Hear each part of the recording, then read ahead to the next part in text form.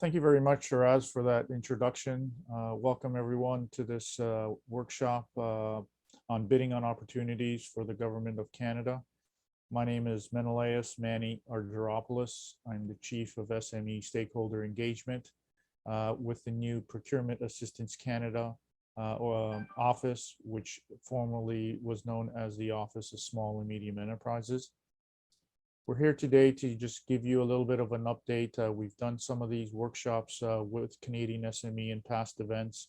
We provided the fundamentals on doing business with the Government of Canada, which was followed then by supplying professional services. And this is our third offering, which focuses on bidding on opportunities, how to read a solicitation document, what sections are important, should you be considering bidding on these opportunities as they arise, and where actually to go find them, first of all. But our office, the Procurement Assistance Canada office here in Ontario region, and we have offices all across Canada to serve all Canadians.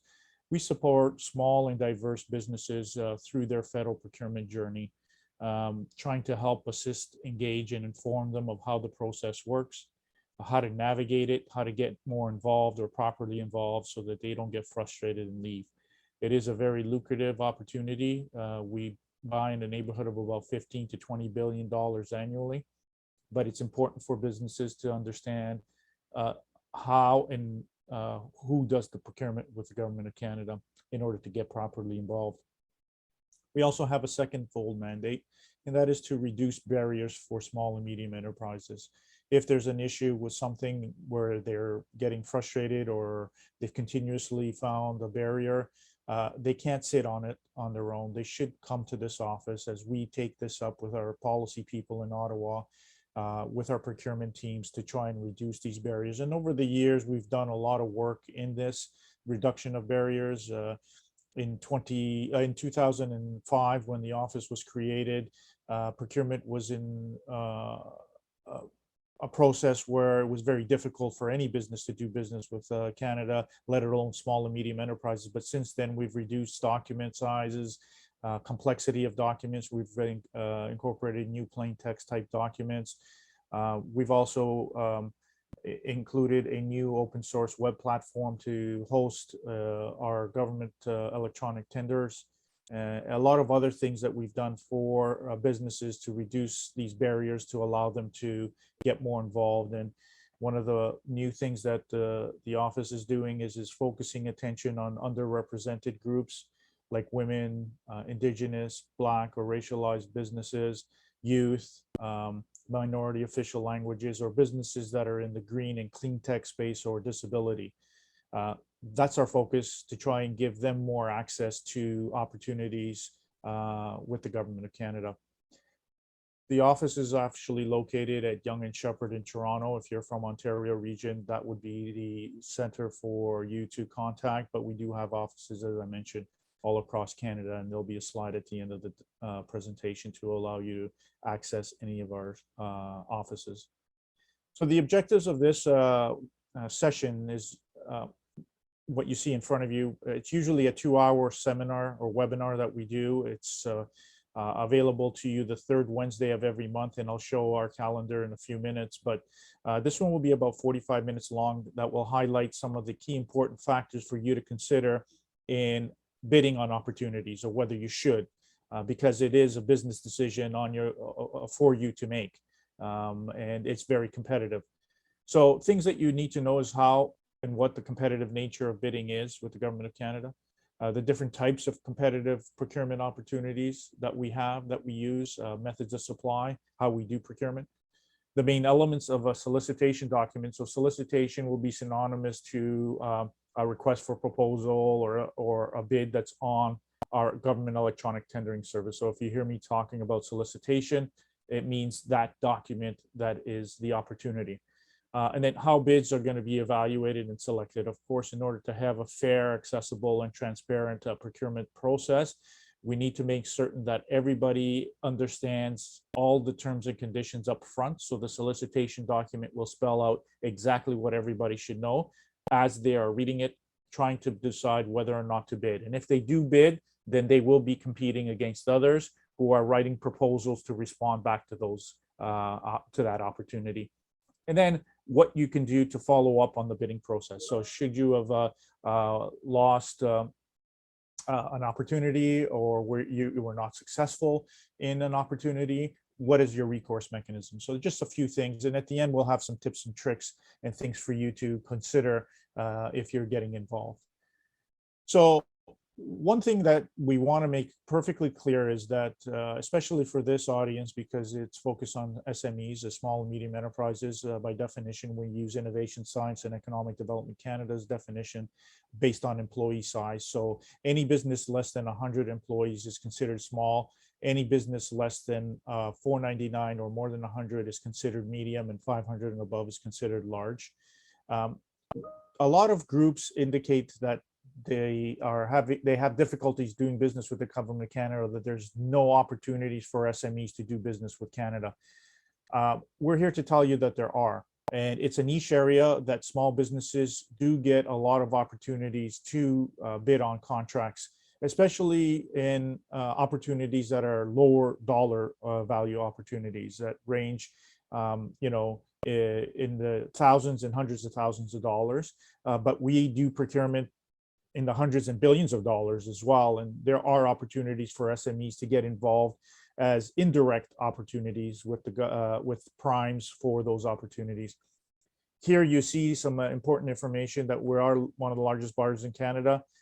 We also, the majority of the contracts that are awarded to small businesses range about 75% of the value is less than $1 million. In actuality, that represents a very large component of the whole spend. Maybe a third of the spend is on that. So there are a lot of opportunities for businesses to get involved in federal procurement. Another thing that businesses need to better understand is that there is a common service provider for the government of Canada that does procurement on behalf of Canadian departments, agencies, and crown corporations. And that is Public Services and Procurement Canada, and the Minister of Public Services Procurement Canada has the highest delegated authority to purchase goods, services, and construction needs for the government of Canada. Otherwise, up to certain dollar value amounts, other government departments do have the capacity to buy on their own. So up to $25,000 for goods, or as high as $3.75 million for services, or somewhere in the neighborhood of about $400,000 in construction. Other departments, and there's about 100 of them, so we're talking about groups like the Department of National Defense, Environment, Climate Change Canada, Health Canada. All of these other departments can buy and do procurement on their own. But should they exceed those delegated authorities, then Public Service Procurement Canada, our department, becomes that agent for them and will do what's needed to procure the goods, services, and construction that they need. So it's important to understand how this activity happens. But we're also doing this in an open, fair, and transparent manner along the way, following federal laws, regulations, and Treasury Board guidelines in order to do this. And this is why, that bullet is probably one of the most important bullets in any of our presentations, is understanding that these laws govern how our procurement teams can put together procurements to make it that fair and competitive opportunity. So because of this, sometimes it gets to be a little bit onerous, daunting for some businesses, but everything has to be included in those terms and conditions to be understood by everybody, and they have to follow these rules and regulations. So make note of that. It's not like private sector. Sometimes, I've been doing this for over 10 years, and a lot of businesses come to me. They say, why is it so difficult, Manny? Here I can go to somebody, they like what I do, and they can issue me a contract. I said, that's understandable, but in government, we have to adhere to these laws and regulations, and also make certain that it's fair for everybody. Because if I'm just doing work or looking to give you contracts, what about company A, company B, C that are equally qualified or should be considered? So this is why we have to have an open, fair, and competitive process. And at times it may be a little difficult. Some of the procurements should be understood as well, the methods of supply that we use. So for procurements over 25,000 for goods and services over 40,000, we tend to compete for those.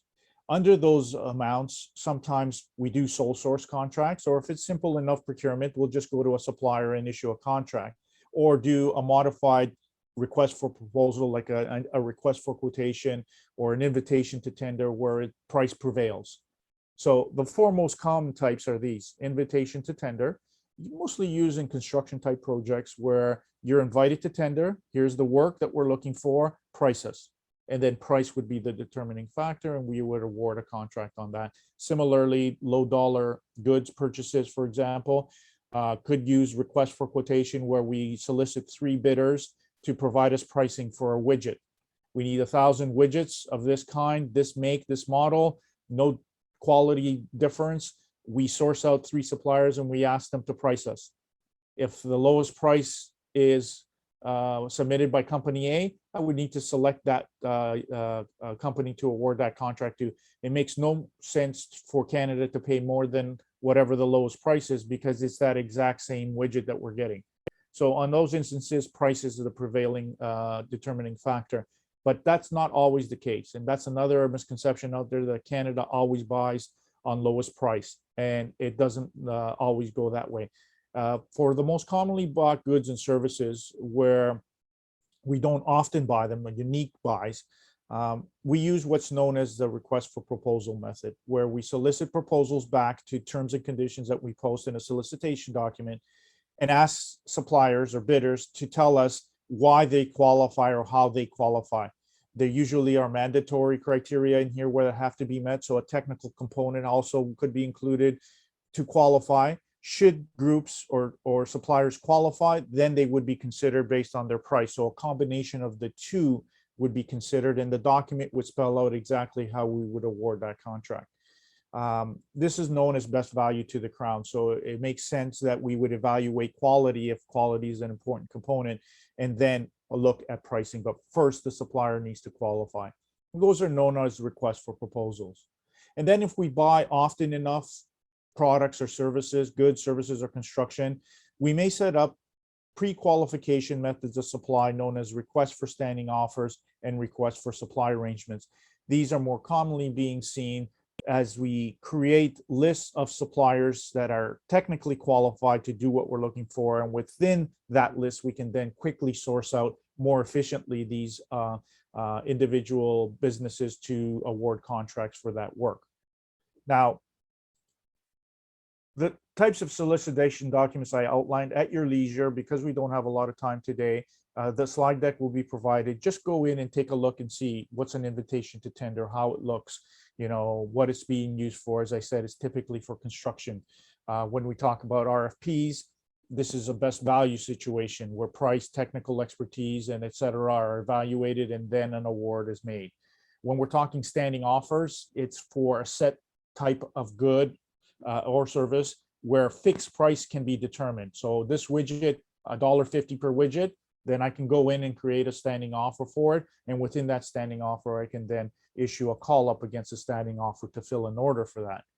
In a supply arrangement, fixed price cannot be determined. So ceiling rates usually apply where there's opportunity to qualify technically. And within that, then a group of qualified suppliers would be then allowed to price us to award a contract, but they would have been technically qualified first. So should a business not be in any of these standing offers or supply arrangements first as a technical qualification, they cannot compete for these opportunities. So this has to happen. They have to get into these qualifications in order to be considered. And some businesses don't understand how that happens, but essentially it's just like a regular RFP is posted on our government electronic tendering service, buy and sell, or SAP Ariba. I'll go into that in a few minutes, but you would go into it, find it, review the document, and look to submit a proposal back to technically qualify. It just means you're technically qualifying. It doesn't mean you're going to be awarded a contract. It means you're going to be a qualified supplier. And then if opportunities come up, the terms and conditions in the document that you qualified in will tell you how you might be selected. So these are some of the common standing offer and supply arrangement things that that you should be aware of. One uses call-ups, fixed pricing, and it's established on standard terms and conditions. On the other side, it's contracted using competitive process. So if you qualify, you still have to compete on the price side of it. It doesn't include fixed pricing. So these are things that need to be understood because a lot of businesses that we deal with think it's very straightforward. Just let me respond to something. I'll tell you my story and, you award a contract to me, but that doesn't That doesn't happen because it has to be equal for everybody. So the terms and conditions that are in that solicitation document govern exactly how you need to respond back and what you need to follow. So it right down to the point where, you know, you need to put it in this type of format, follow this section format, include this price chart, et cetera, et cetera. Everything is in the document. So those regulations have to be followed. Now, in aligning with all of the different methods of supply the government has, we're also introducing new initiatives. And one of the new initiatives is called the Canadian Collaborative Procurement Initiative that allows territorial, provincial, regional type governments and municipal governments to share or to access our methods of supply that I spoke to you about earlier, which was the standing offers and supply arrangements, currently standing offers more than supply arrangements, but we're introducing more and more every day. You can see that there are now approximately 90 different mechanisms that are being used by lower tier governments that are established by the government of Canada. So what it implies is those standing offers for a good, let's say widgets A, B, C, that we have a standing offer for. Maybe a provincial government or a municipal government would like to use that method of supply to access suppliers that are qualified on there to award contracts provincially or locally, municipally, et cetera, et cetera. Whereas before they would have gone out and done a procurement, an RFP, would have been a laborious process, or maybe set up their own mechanism to qualify suppliers. This way, we've already done the work and they're established qualified suppliers already. So all they have to do is join the program and then access those supply arrangements or standing offers, mostly standing offers now. So what it does is it simplifies things for governments. It allows collaboration for governments and allows groups of businesses, small, medium, large, underrepresented groups to qualify in these mechanisms one time and then be accessed by multi-level governments for their procurement needs. So if you're not aware of this, contact us, go to Canada Buys or canada.ca/buying together and find out more information. But our regional offices are more than happy to help you. And if you're doing business with a municipality or community that's not aware of this, by all means, direct them to us as well.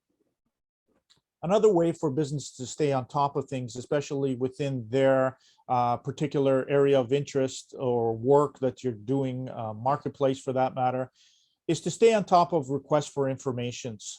So requests for informations are methods that we use to provide an opportunity for industry to supply us with information of what's happening in the industry. So it's your way to help shape future procurements for the government of Canada, because we want to do our due diligence. We want to find out what's currently happening to make sure that we're going to be doing a procurement that's, you know, modern and that's up to par with what industry is expecting. So this is your way to then provide feedback. You should easily set these notifications up in buy and sell tenders here, for example. So look and find your marketplace. We would have told you in a previous session that if you look based on your GSIN code, goods and services identification number, you can set up these email notifications to then let you know of anything that's new that's coming out in that marketplace, which is yours. So here, for example, in this example, N3610 printing, duplicating, and bookkeeping equipment has been set up as an RFI notification, and this individual was notified that there's a request for information out that government is requiring feedback to a solicitation that they're going to be doing. So I want to help shape that. It's not proper for you to kind of look at the opportunity that's posted, that's active for that opportunity, and then tell us that, oh, we're doing it wrong, because we would have done our due diligence previously. So know when to get involved is important as well. Now, at times, you heard me mention as well that we do procure at times through direct source or sole source mechanisms, but there has to be justification for it. So we don't often do it. You don't see us, oh, I want to go to company A because I like what you've done, but I'm going to hire you. I'm not going to compete it. You can't do that in government. So if it's a pressing emergency, for example, where delays could cost lives or injure people, we're not going to waste time on a regular procurement, which will take 4 to 6 weeks to find someone and then issue a contract. By then, it's way past due. People have lost their lives. So like, the forest fires this year or ice storms in the past, natural disasters, that kind of thing. I'm going to say company A, B, C, you're hired, mobilized, go save those people. So Canada can issue sole source contracts that way. If it's a low dollar opportunity, less than 100,000 for architectural engineering services, for project overruns, or to finish off a project that's gone long, I'm not going to hire a new company to go and do that. That company, I can then sole source 60, 50, $80,000 to finish off that project. Or it's just a service contract less than $25,000. I don't need to compete it. We could issue a contract, a sole source contract like that. Also, if it's not in the public's interest to do so. So if we're going to be doing something where there's a heightened threat of national security at our airports, we have a mechanism to deter measures, that would be detrimental to our airports. I'm not going to run a procurement and tell the bad guys what the product is or the services that we have. That's not something we would do. We would procure it through sole source without competing it and letting people know exactly who's won that contract. It's to save people's lives and it's in the best interest of Canada. We wouldn't do that. As well, if there's one supplier, so copyright. So if you're the leading authority and you're looking to do a report for me, I need a report, who am I going to go to if you're the leading authority, right? Maybe others can't do that report. So we'll do our due diligence, though. We'll find out if that's the case. And if so, then we can issue a sole source. But if it's not, we still strive to achieve some form of competition. And we do that by posting an advanced contract award notice on buy and sell tenders, or EPS, soon to be the electronic procurement solution for the government of Canada, to let the business world know, or to suppliers know, that Canada's coming into a sole source for this, and reason with this company. Should you have a statement of capabilities, you can write to us and tell us that you do, in which case we will evaluate your capabilities to see if you can do the same work that we're looking for. Should there be a match and you do qualify, then we would stop that sole source and do a modified RFP process. So we still try to do some competitive nature with our procurements. So I've set the stage for you. I've kind of given you some more background about who or how important it is to understand the solicitation documents, that it's the driver that will allow you then to respond more appropriately, where they're located, how government departments do it, some of our mechanisms, and what you may need to consider in setting up some of your search notifications. So you might be doing searches for a particular GSIN code. You can set it up for RFIs, or particularly for active tenders, be they standing offers, RFPs, or whatever the case may be. At the end of the day, though, should you find an opportunity, then you need to decide as a business owner or someone within a business whether or not you should bid on that opportunity. And that's an endeavor on its own. And this is what we're going to focus on now. So we really look at it as there's 5 key steps for businesses to consider in responding to a proposal or bidding on an opportunity. One is to thoroughly review the solicitation document, make certain you read it and understand it, have others read it, and then come up with a plan on whether or not you're going to be responding or not. That's part 2. Should you bid or not bid? It is a little bit of a process, and it's costly at times, because it requires labor to be involved. You spend a lot of time preparing it. Would it be worthwhile? Do you have an opportunity to win? All of these have to be decided and be a business decision that you make. But should you decide, then you got to collect your information and prepare your bid, and then you submit your bid. So we're going to go over each one of these in a little bit of detail, given the time that we have left, and then we'll go into some of these suggested tips and tricks. So when you read the solicitation document, you really need to follow the instructions. They're set up uniformly in most instances, the same look and feel as a table of contents. The table of contents spells out all of the documents. Different departments may have a different look and feel for some of theirs, but most of the time the same type of information is provided, with the difference being the terms and conditions and the requirements. That's why we say federal procurements are all unique, that every time we go out for our needs, there's something different in the solicitation. So you have to review it on your own, for that opportunity to make sure you understand it thoroughly. So also, when we post the solicitation document, it's open for a certain period of time, usually 4 to 6 weeks, sometimes shorter, sometimes longer, especially if it's a very big, large project that we're working on. It may be open for quite some time. Now, there is a question period, and you can ask questions, but you can only ask it to one individual. And that individual is the contracting authority that's on the cover page of that document. If there's a technical question, you can't come to Manny, you can't come to PAC Ontario or to any other jurisdiction or individual. That authority is the only person that can answer your question. And they're not going to answer you directly in most instances. What they're going to do is accumulate all of the questions during the question period, which then ends maybe about 5 to 7 days before the actual closing of the solicitation document. And then that contracting authority will post amendments with answers to those questions or any other changes that might happen with that solicitation. So individuals would need to follow online not only the document that you downloaded and reviewed, but for any amendments or changes that may have come along the way before the closing of that opportunity happens. Because if there's an announcement in 2 weeks after you downloaded the first document of an amendment, maybe there's some changes that have actually happened in the solicitation itself. So if you're reviewing the first release of that and you don't have the amendment, well, you're going to be missing out and responding inaccurately. So it's important to look to find the amendments. They could be just questions and answers, but they could be actual technical changes to the actual solicitation itself.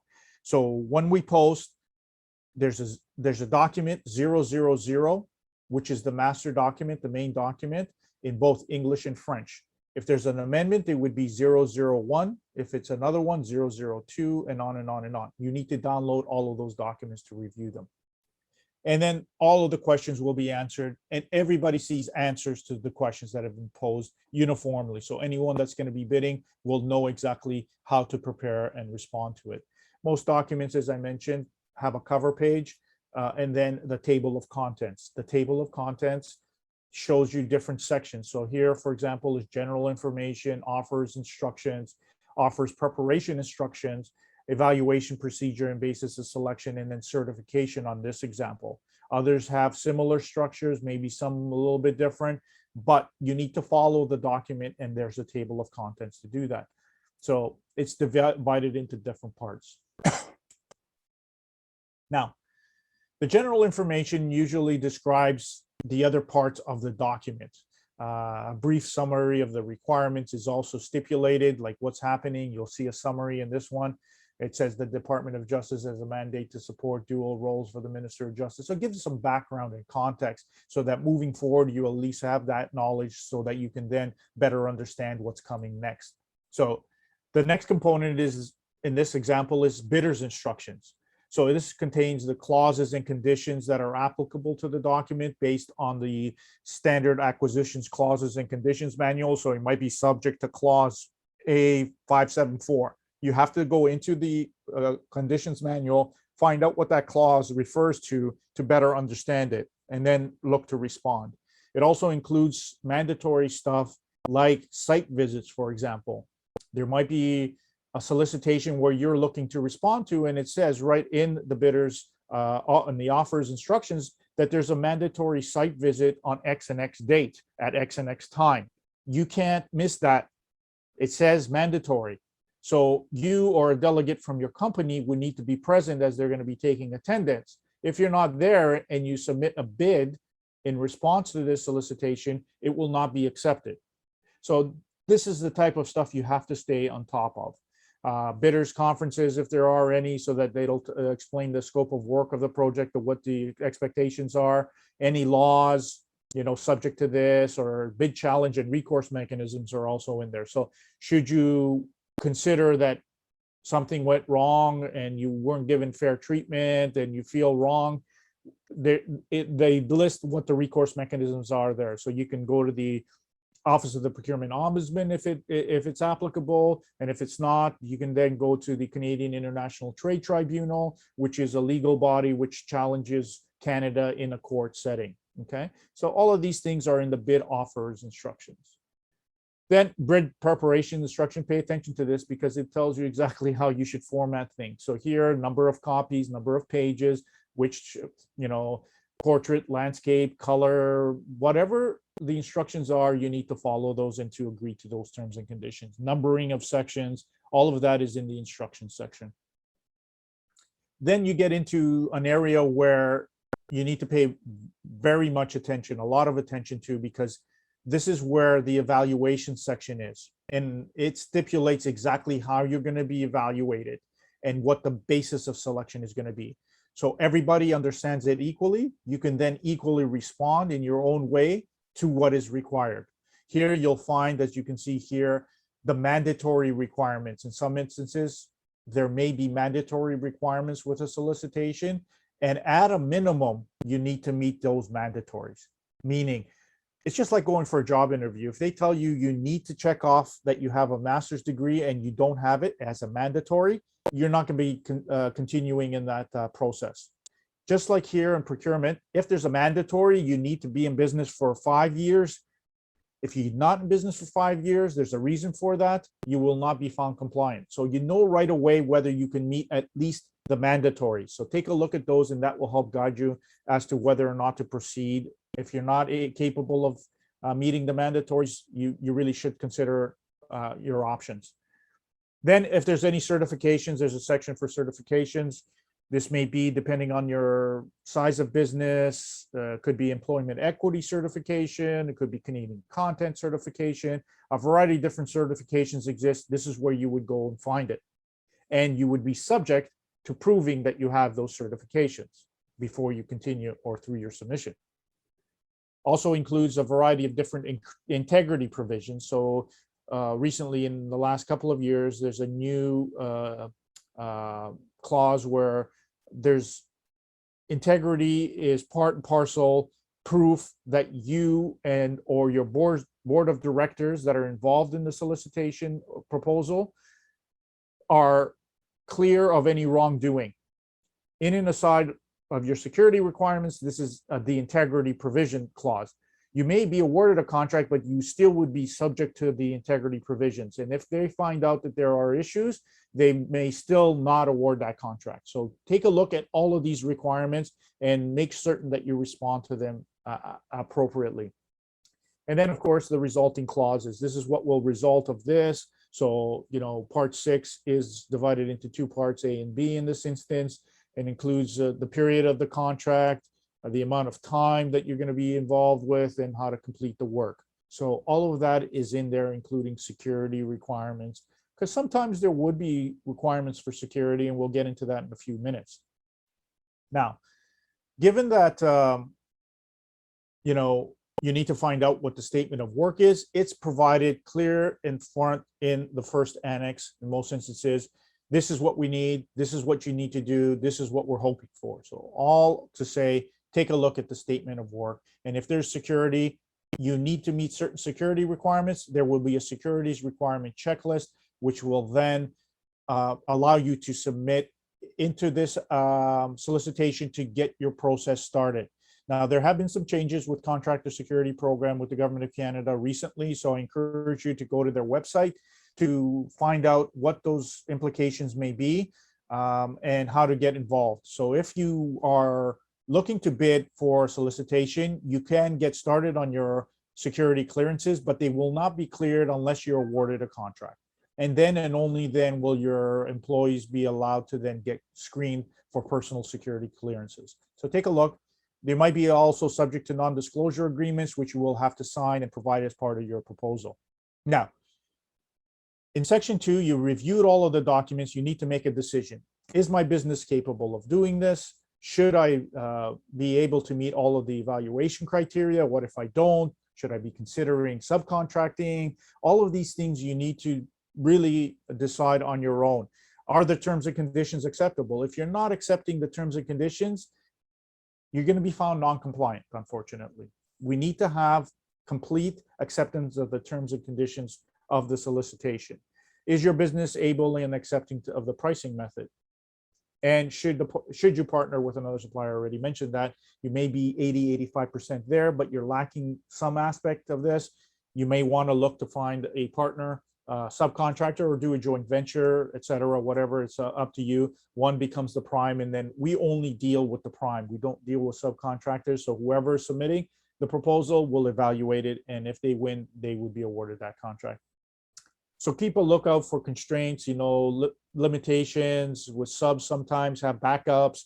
Know your competition, because it's a competitive process. So you really need to know how you fit into the space and how competitively you are pricing wise.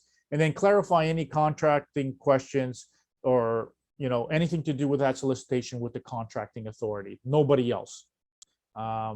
Security requirements are also important for you to decide on. As I mentioned, you should look to see if security is a requirement, and if there is, these documents will have that securities requirement checklist, which is your ticket to then get the process started if you don't have it already. The contractor security program looks into a variety of different things, makes certain that the individual has a clean background and can get security cleared. So there's a lot of opportunities where you may require it. So things like where there's sensitive government information, like military plans or drawings, or personnel information that are being utilized for data analysis or whatever the work may be. Those are the instances where you would be subject to these security requirements. You're also subject to mandatory electronic fingerprinting, as well as mandatory credit checks. So keep an eye on that.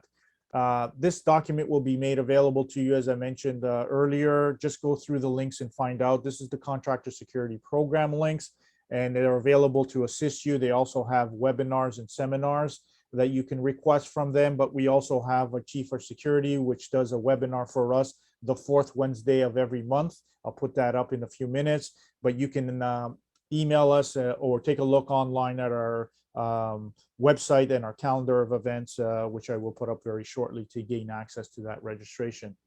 So on the third part, you need to focus on collecting your information. I'm not going to spend a lot of time on here, but you need to really obtain your clearances, know the times to get the hard copy material. We're not yet fully electronic established, so we're moving to an electronic procurement solution, but a lot of times there's still bid receiving units. With COVID, we're going more electronic. There are e-post submissions now for certain procurements that you should be aware of, but take a look, get yourself prepared, and be certain that you follow up and find out exactly what's required. Now, in order to prepare your bid, if you're ready to go through it, you need to consider a few things as well. The most important is you put your proposal together, but you always have to sign it off to endorse it. And the cover page of any solicitation document will have an opportunity for you to sign that document. Make sure that signature is on there with your actual proposal, because if it's not endorsed, we can't accept it. A lot of people fail on that. So how to prepare your bid?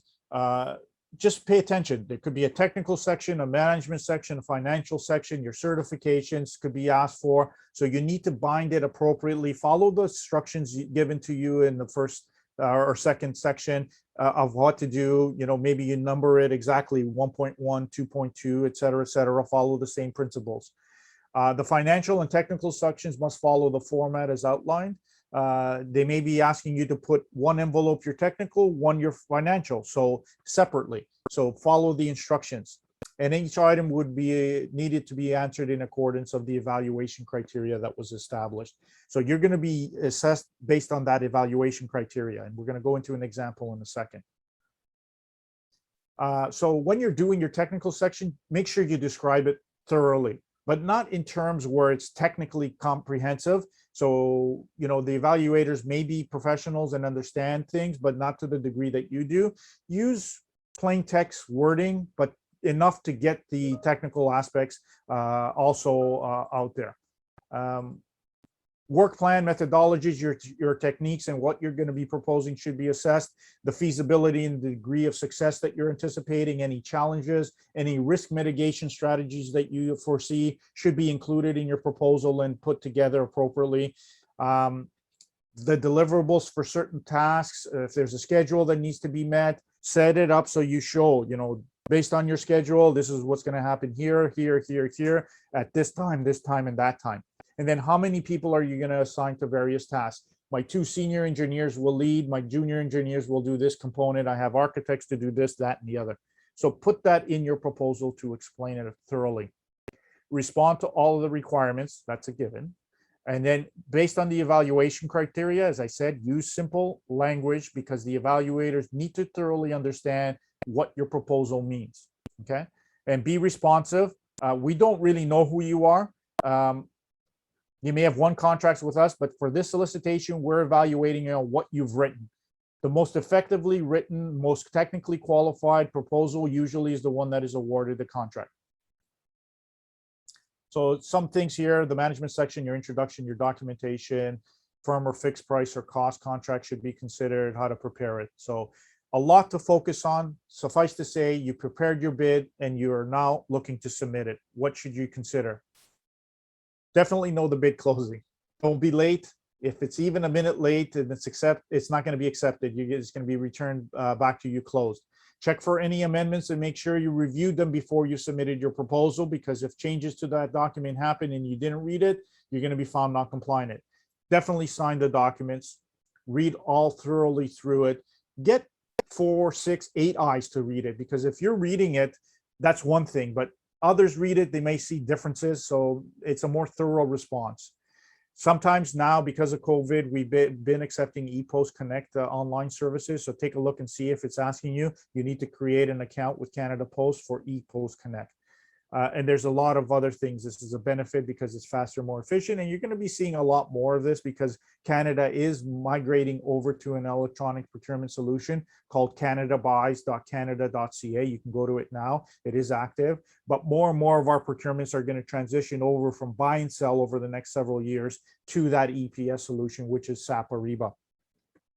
Now, on the bid evaluation, this could happen. So we're going to do a technical kind of hypothetical for you so that you can better understand if you've submitted, you've gone through the process, you've prepared yourself. You may be looking at a best value situation where your technical merit and your price will be evaluated and be scored and then be awarded a contract. So you would know that going in because you would have seen the document and how we're going to evaluate and score you. So some of the mandatory requirements, if they were identified, they need to be fulfilled. Okay, check, check, check, check, check, on to the next part of evaluation. For bids that are evaluated based on mandatory criteria only, the bid must meet all of the mandatory, as mentioned. Some examples include accessibility features, financial stability, essential performance characteristics, equipment, and so forth. They could be set up as mandatory requirements. If it's point rated, this is used to evaluate the value added factors over and above the mandatory. So in and above the mandatories, you may be asked to, tell us about your team makeup and be scored points, the equipment that you're going to use. A variety of different things can be scored. So whatever the sections or the components are, you need to reply to them appropriately to then be scored against them. So the strategy, maybe the principle, the methodology, the company, etc. So based on that, you've submitted your proposals. We're going to go through an exercise really quickly. If we had said in the solicitation that you responded to that we were going to select based on lowest price responsive bid, it would mean we would award it to the lowest priced successful proponent that met the mandatory criteria. If we, in our selection method, said we're going to be using best value, where a selection is often lowest evaluated price per point. So depending on how you technically scored, and then the price would be calculated to give a cost per point ratio, the lowest of that would be awarded the contract.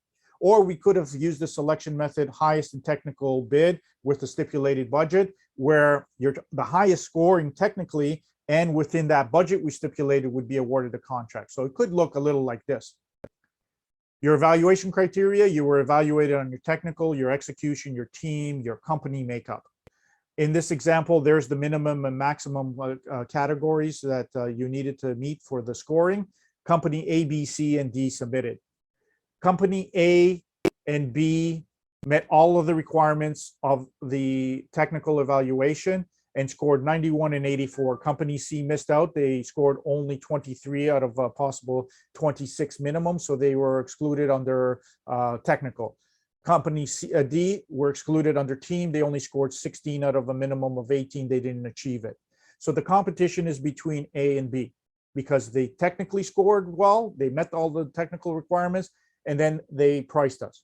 So if we use the methodology that we're going to select based on lowest price responsive bid, even though company A was 91, these were 94, they still met the minimum, which was 75. All we said was lowest cost per responsive bid, meeting the mandatories. They met the mandatory, their price was 440, they were awarded that contract.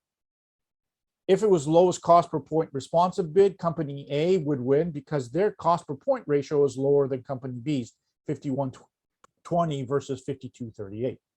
So if we had said highest responsive combined rating, a technical merit and price where there's a 60-40 ratio based 60% on the technical score and then 40% on the price, company B would still win that contract because the combination of the two would still be lowest. And then if we had said highest rated technical below a budget of $475,000, 91 was the highest technical, and their budget was less, they were less than the budget of 475, they would be awarded the contract.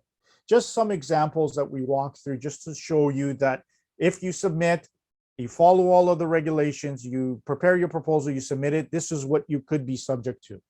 And based on the method of selection, then know exactly where you stand on your proposal. Boom. Whoever has the best response based on the method of selection would be awarded that contract. Not going to spend too much time on here. Take it at your leisure, but make sure you read through all of the mandatories. Make sure you can meet them. Look for a debrief afterwards. If you've been found non-compliant, every supplier has an opportunity to request a debrief. If they've been found non-compliant on the solicitation, in writing, send it to the contracting authority and say, I would like a debrief. I'd like to know where I failed. They would respond back and say, when you submitted this, you didn't meet the minimum requirement for this. Then you can have that discussion. If you feel wrong still and you want to challenge it, you can go to the Ombudsman's office or the Canadian International Trade Tribunal, as I mentioned. If you suspect fraud, there's also a fraud tip line. You're welcome to utilize it. Obviously, we want to make certain we stay on top of all of this. And then some of the best practices. Oops, I pressed the wrong button here. Apologies.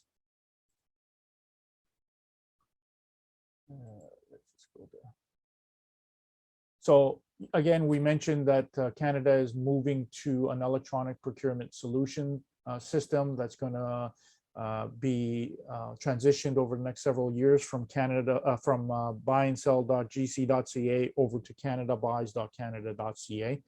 The website looks like this. So this is how buy and sell looks currently, and you're welcome to go navigate and look and search and find contracts here. You can find active contracts, set up the email notifications, all here still. Or you can go to buy and sell, Canada Buys, which looks like this, and you can start your process of looking to create an account and following and tracking opportunities that are posted electronically to SAP Ariba. So all to say is that right now they're running in parallel, and you should be aware of that. During the transition, obviously, there'll be seminars and sessions that be accessible to suppliers to get more familiar with this. Likewise, Procurement Assistance Canada does offer a suite of learning educational webinars now. You can see them here. They're offered throughout the different regions across Canada. Ours here, Procurement Ontario Region seminars, are offered every Wednesday throughout the month. We've done this one on doing business with the Government of Canada fundamentals here. Bidding on opportunities is what we're doing now. We've also done supplying professional services. But if you want to take the thorough 2-hour session and get real good context, I encourage you to take those, or ask for a one-on-one 30-minute booking, and we'll be more than happy to deal with certain specific issues that you may have. Likewise, this is our contact centers for all of our offices all across Canada. We are changing our email addresses, so stay tuned on that, but you can find and follow us.